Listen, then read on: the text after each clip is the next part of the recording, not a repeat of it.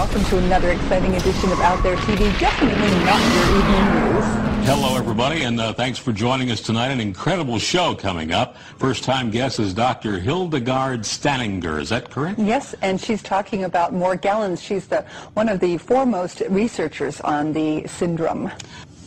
Dr. Hildegard Staninger is a doctor of integrative medicine and one of the leading international scientists in the field of industrial toxicology. Wow, Dr. Staninger is also one of the few scientists actively investigating what's become known as Morgellons syndrome, and joins us tonight with some incredible findings. Welcome, Dr. Staninger. Thank you very much for having me on the show. Thanks for joining us. Wow, what research you've done. Now, this is a first time for most of our viewers, so tell us, what exactly is this Morgellons problem? The Morgellons problem is a syndrome, a disease that has specific things in common with all parties that are developing these symptoms.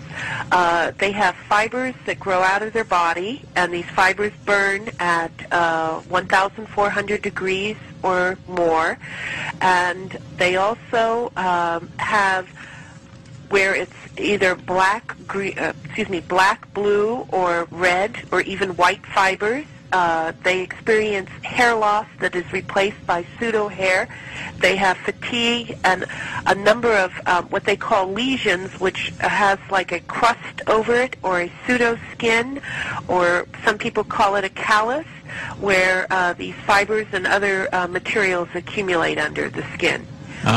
Doctor, we're just showing some photographs as you're speaking, and this thing is hideous. It looks really alien on the human body.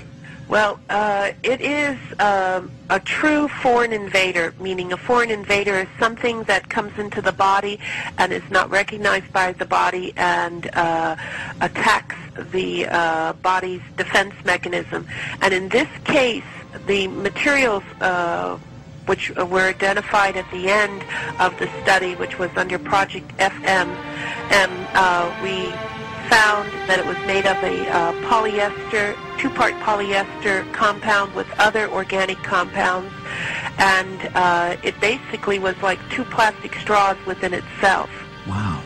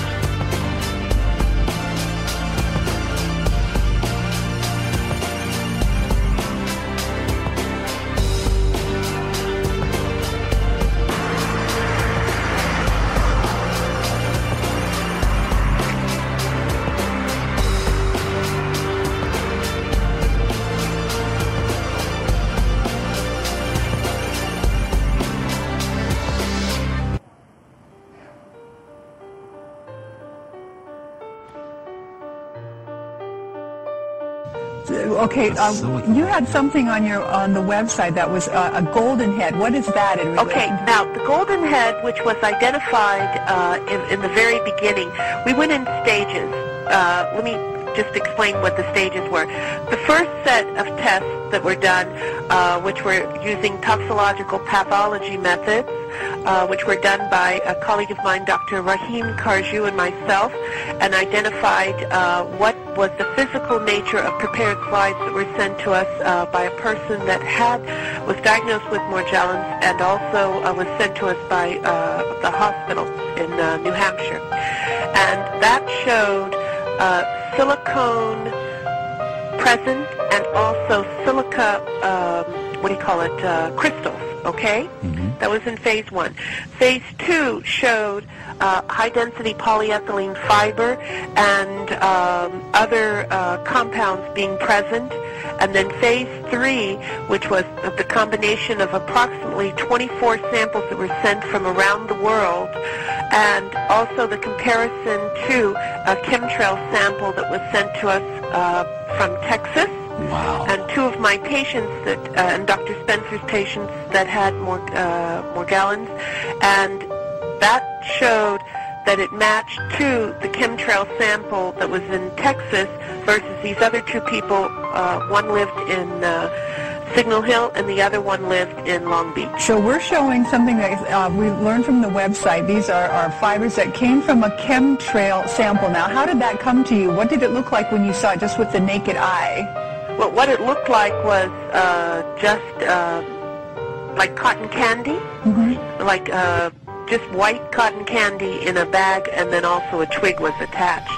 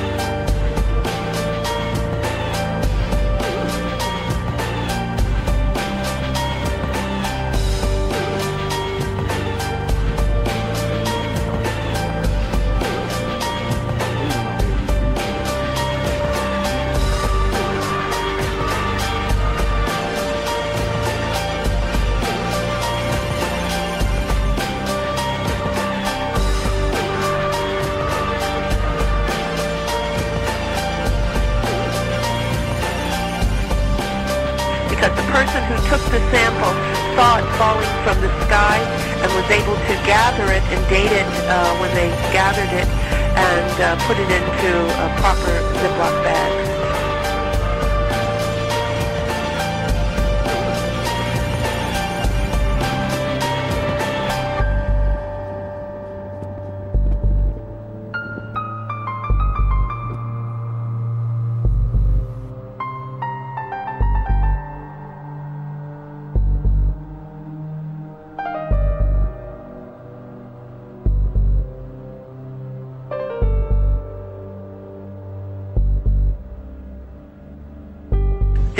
The thing is, which is important, is that as this material ages, other compounds are shown, because these compounds that were shown as metals are transitional metals that make a battery.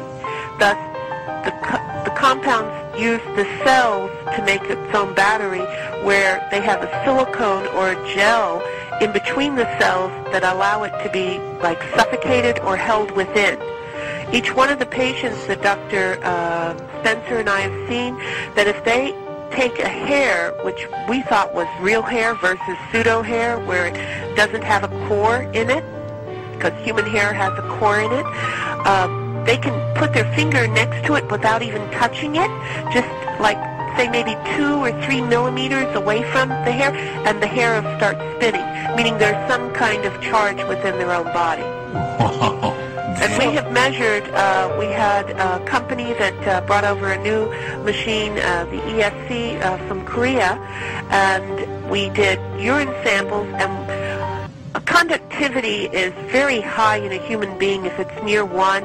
When they use a product called Excelospheres that's manufactured by Dearborn Technologies, they can get as high as a 3 conductivity, which is extremely high.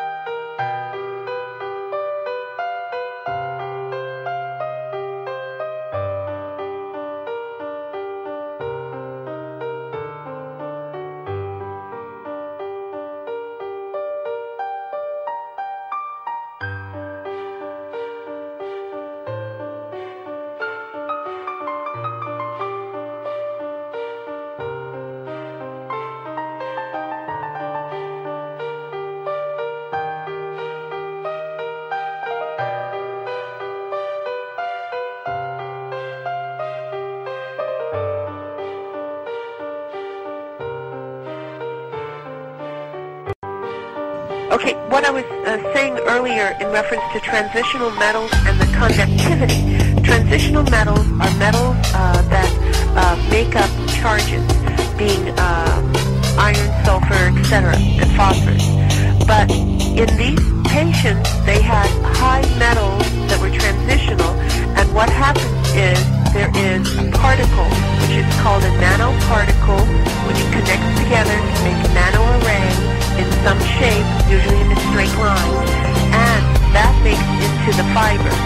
And that was shown in earlier pictures that Dr. Cardew took, where you could see there was an association between the particles. What I found was earthly, meaning when these nanoparticles come into the body, and they could become as smart dust or straight particles, what happens is it has some kind of nanoparticle which is called a nano assembler.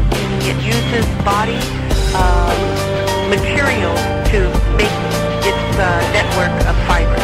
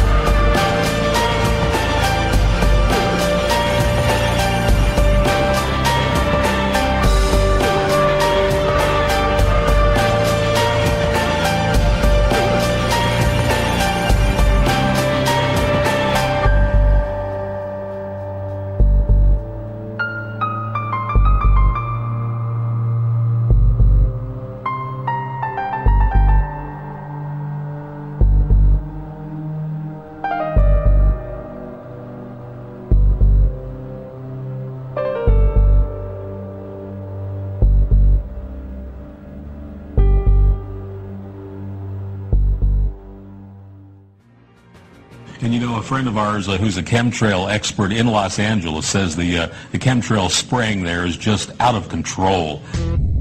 Okay, we had another question from the control booth, and I think this is a pretty good one. If these fibers or whatever they are nano robots are falling from the sky somehow, can they somehow embed themselves in plants? Has there been any evidence so that when we ate something that had landed on, we could get it that way? Yes, there has been evidence early on from plants, animals, even seafood. Meaning it's global. You can see it on other living forms of life. Fibers that were identified, which we called fibers, which when we did a scanning electron microscope and Raman test, which was micro Raman, which we tested between 1 and 20 nanometers, it showed that it was a 2-part polyester. Right. So that has to be created by man somehow. Well, it has to be because it all had uniform shape. Right. and it had uniform array, uniform pattern. Another thing that is new information, Dr. Carjou, who had a patient recently that was exposed to it and had like a fiber or something going on their cheek and then had it isolated. He isolated like a string, if you can imagine a straw, with pellets inside of it, which was polyester crystals, which are very much like liquid polyester crystals. That confirms the polyester that we found. But the thing is, doctor, that these fibers are attaching themselves and then growing in human skin. What about the number? Let me go. They're growing in human skin, meaning they're coming out of the skin. I personally, from interviewing numerous people and also observing it, they have to make a crystal of silica or any of the other crystals go to a silicone or a gelatinous mass. It has to have a pH of 10 and 11, and a pH, the only two organs that have that is the intestinal tract and the kidneys. So that means that this material has to go inside the body and grow outward. Oh, man, that is really sci-fi. So what we're seeing on the outside, these individuals that have this, it is literally ripping through their skin and tissue, and that's what they feel. Doctor, is that why many Morgellons victims report that they feel like there's little microscopic bugs crawling under their skin? Well, nanorobots are either they can be, in this case, more like chemical made materials which have a specific function. This is very similar to what we've experienced in everyday life as memory foam in our beds. It always goes back into a certain position. With nanorobots, they go into a certain area. They're programmed to go in there, made to go into there, and only do one function or multiple functions. And in this case, make a network that is very similar to a fiber optic network. But there are chemtrails everywhere all the time. Correct, and they could have other chemicals in it. But one key that what I'm calling the smart dust, where smart dust is a very, very small particle at nano size that has a specific function. This looks like, if you look at certain times of the day and you see dust, but it's not dust, it's like an iridescent glitter. Very specifically different than regular household dust. Yeah. And this would be in areas where we have seen that. You know, doctor, I got one of those 10 million watt spotlights. You go out at night and point it up to the sky, and you can't believe what's floating in the air. I mean, it's really disgusting. Right, and if you're seeing this iridescence, which looks like just like glitter, that is engineered dust or smart dust type material versus regular household dust, or that does not reflect back. So here comes the conspiracy theory. If Morgellons is related to chemtrails and it's coming out of the spray from airplanes, is there some grand plan to get this stuff into human beings?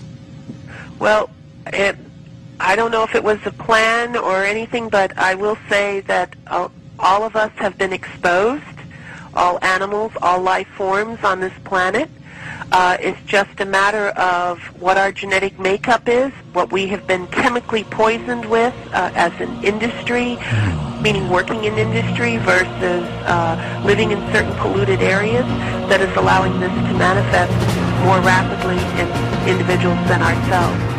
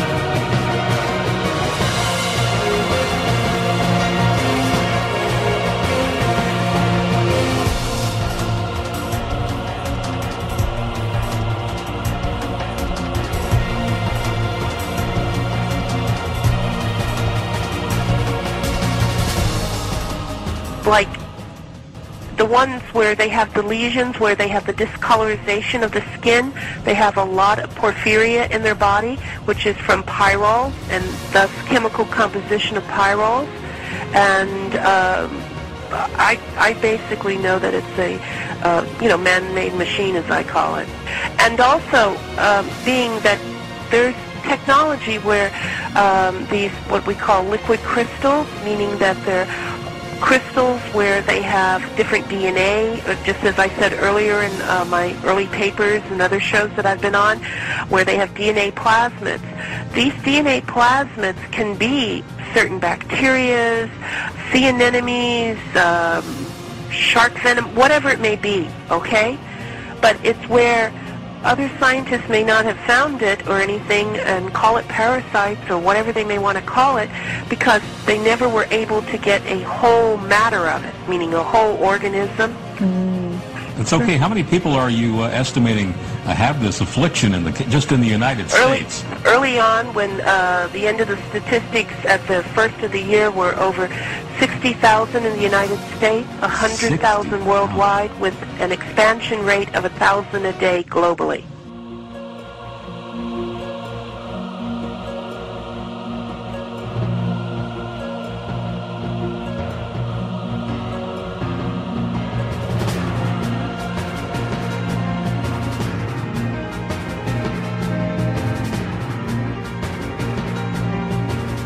I challenge everyone to read the report and then say that chemtrails is internet gossip and that chemtrails are purely a conspiracy theory.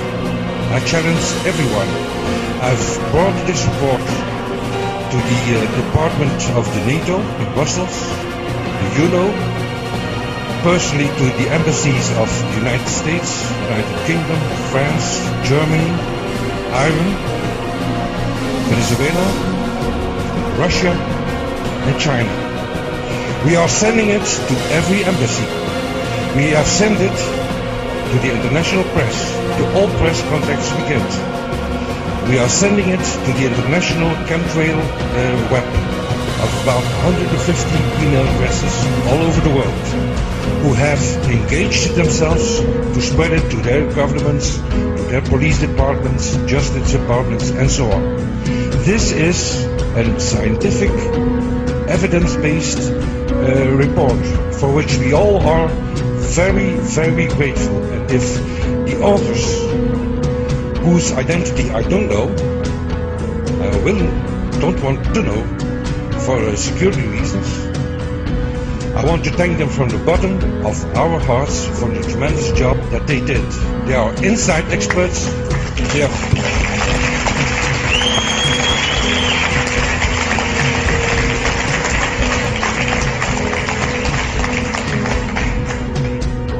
They are inside experts. So they are working within the aviation world. They know what they are talking about. They too have children. They too have a consciousness. So they said it's enough. This information must come out, and we are lucky that we, the Belfort Group, and all the people who are reporting it are able to receive it and to use it as a peaceful weapon with objective information to bring this truth to the daylight and to start a public discussion on it. And I will not sleep, and we with the Belfort Group will not resign until this purpose is resolved.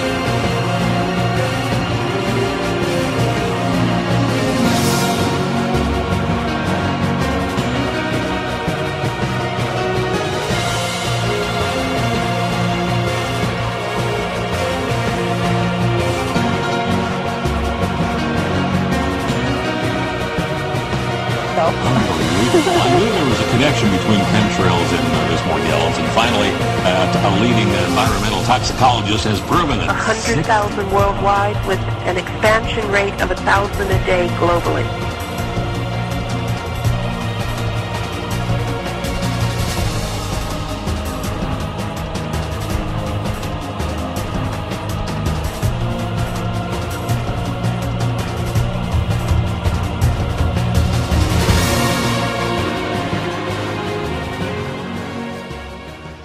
Amitakiapi, Chajikidi Makupi, Mamli Jaja Zizi.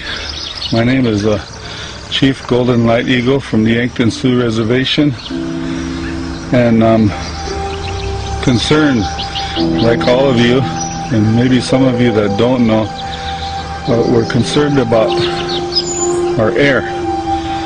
Our air is being polluted purposely by relatives that might call government, might call military, might call New World Order. Everything that you're doing to the air, you're doing to every living person on Mother Earth. It doesn't just affect us, it affects the trees, it affects life, all the chemicals that you're putting up there, up here. It's not necessary. For the earth takes care of its own. The universe takes care of its own. So could you please stop poisoning the air? The air belongs to everybody.